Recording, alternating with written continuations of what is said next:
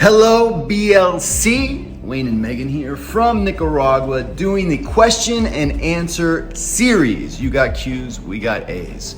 And we're excited to be able to do this. It seems like a lot of fun. So let's go to the first question. How are we doing during the pandemic? So this question was asked by quite a few people who replied to the call for questions in a lot of different ways. So we wanted to kind of go over all of the facets of effects that we've felt. I think we came up with a 4-part answer. Yes. So first we're going to talk about how has COVID affected the country of Nicaragua.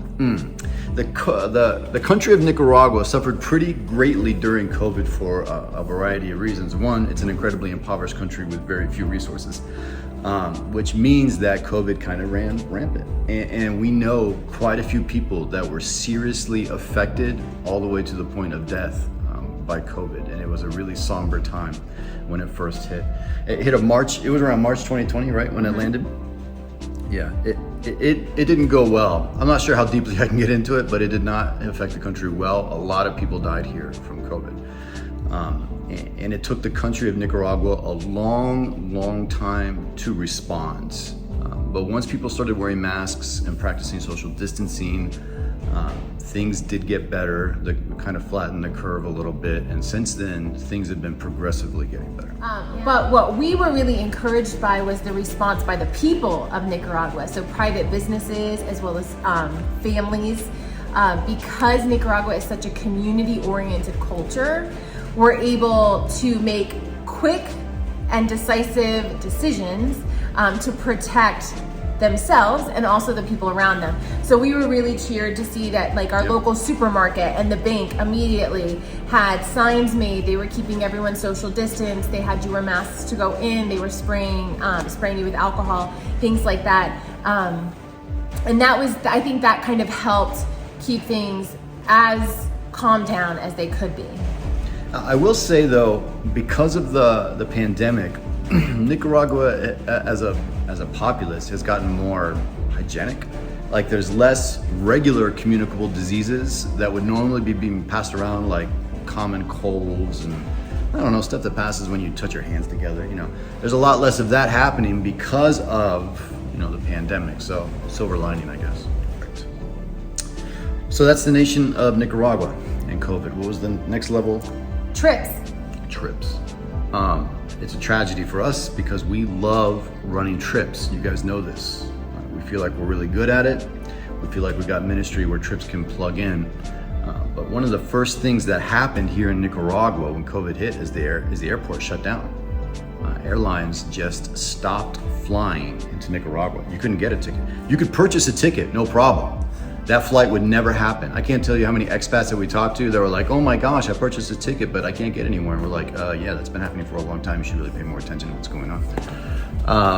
But yeah, so trips have been canceled, obviously all through 2020. And right now, all the way through 2021. Only recently has one airline opened back up in the country of Nicaragua.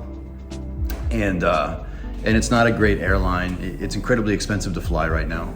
The other thing is, Megan had mentioned that there were no COVID tests for a long time. Now there are COVID tests, and they are all in one location in the country. It's, what's the name of the building? Conchita Palacios.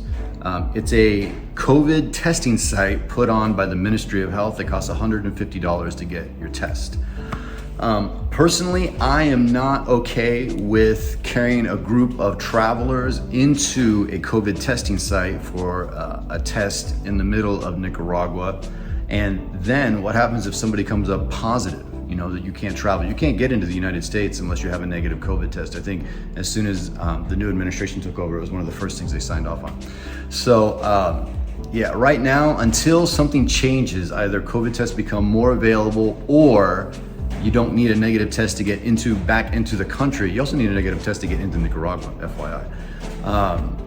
We won't be hosting any live trips. And man, that is really hard to say out loud because it's a huge thing that we do. It's true. It's one of the main things we do. When we talked about it as a board of directors earlier this year during our virtual meeting, We talked a little bit about, the possibility of what if a trip could never come again. What if it's just an unsurmountable amount of requirements. So one of the things that we've landed on as a team here on the ground is we're here.